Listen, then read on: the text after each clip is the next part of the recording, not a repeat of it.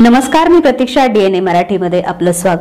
जिल्ह्यातील नगर परिषद व नगर पंचायत मध्ये कार्यरत कंत्राटी सफाई कामगारांना किमान वेतन कायदा 1948 नुसार वेतन मिळावे, भविष्य निर्वाह निधी व कामगारांसाठी असलेल्या इतर सुविधा मिळण्याच्या मागणीसाठी अखिल महाराष्ट्र सफाई कामगार व चतुर्थ श्रेणी कर्मचारी संघटनेच्या वतीनं जिल्हाधिकारी कार्यालयावर निषेध मोर्चा काढण्यात आला व त्यानंतर सहाय्यक कामगार आयुक्त कार्यालयासमोर संघटनेच्या वतीनं उपोषण सुरू करण्यात आलं आहे.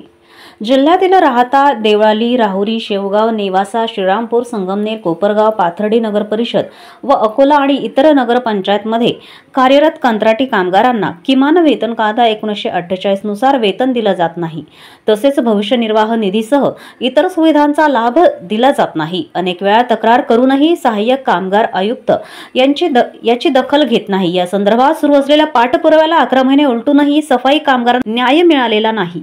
ही अत्यंत गंभीर स्वरूपाची बाब असल्याचं संघटनेच्या वतीनं देण्यात आलेल्या निवेदनात स्पष्ट करण्यात आलं आहे. या ठिकाणी जिल्हाधिकारी साहेब यांच्याकडे 15 दिवस पूर्वी निषेध आंदोलनाचं पत्र दिलं होते.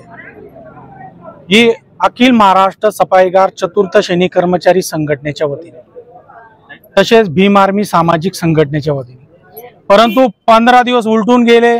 आज आंदोलनाचा वेळ आला. त्या वेळमध्ये त्यांनी साधं उत्तर सुद्धा नाही आला.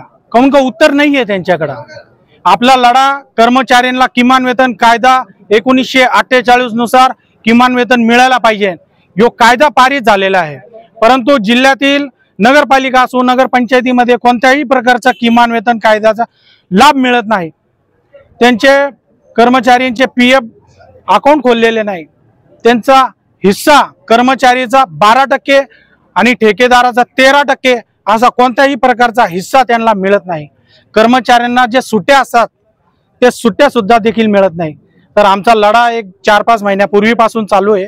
या लढ्यामध्ये जिल्हाधिकारी साहेबांसह 2 वेळा याबाबत चर्चा झाली, परंतु याच्याबाबत कोणत्याही सकारात्मक निर्णय झाला नाही.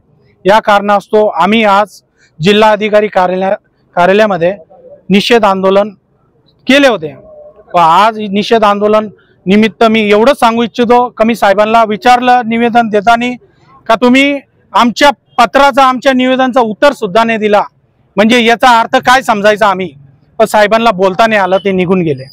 तर माझं एवढंच म्हणणं आहे, जर भविष्यामध्ये माझ्या कर्मचाऱ्यांना जे गलिच्छ काम करणारे, जे घाणीचं काम करणारे, ते स्वतःच्या जीवाची पर्वा नाही करतात, असे लोक माझे आई बहिणी असतील, माझे भाऊ असतील, यांना जर किमान वेतनचा लाभ मिळाला नाही तर भविष्यामध्ये एवढा मोठा आंदोलन उभा करीन या कलेक्टर ऑफिसवर.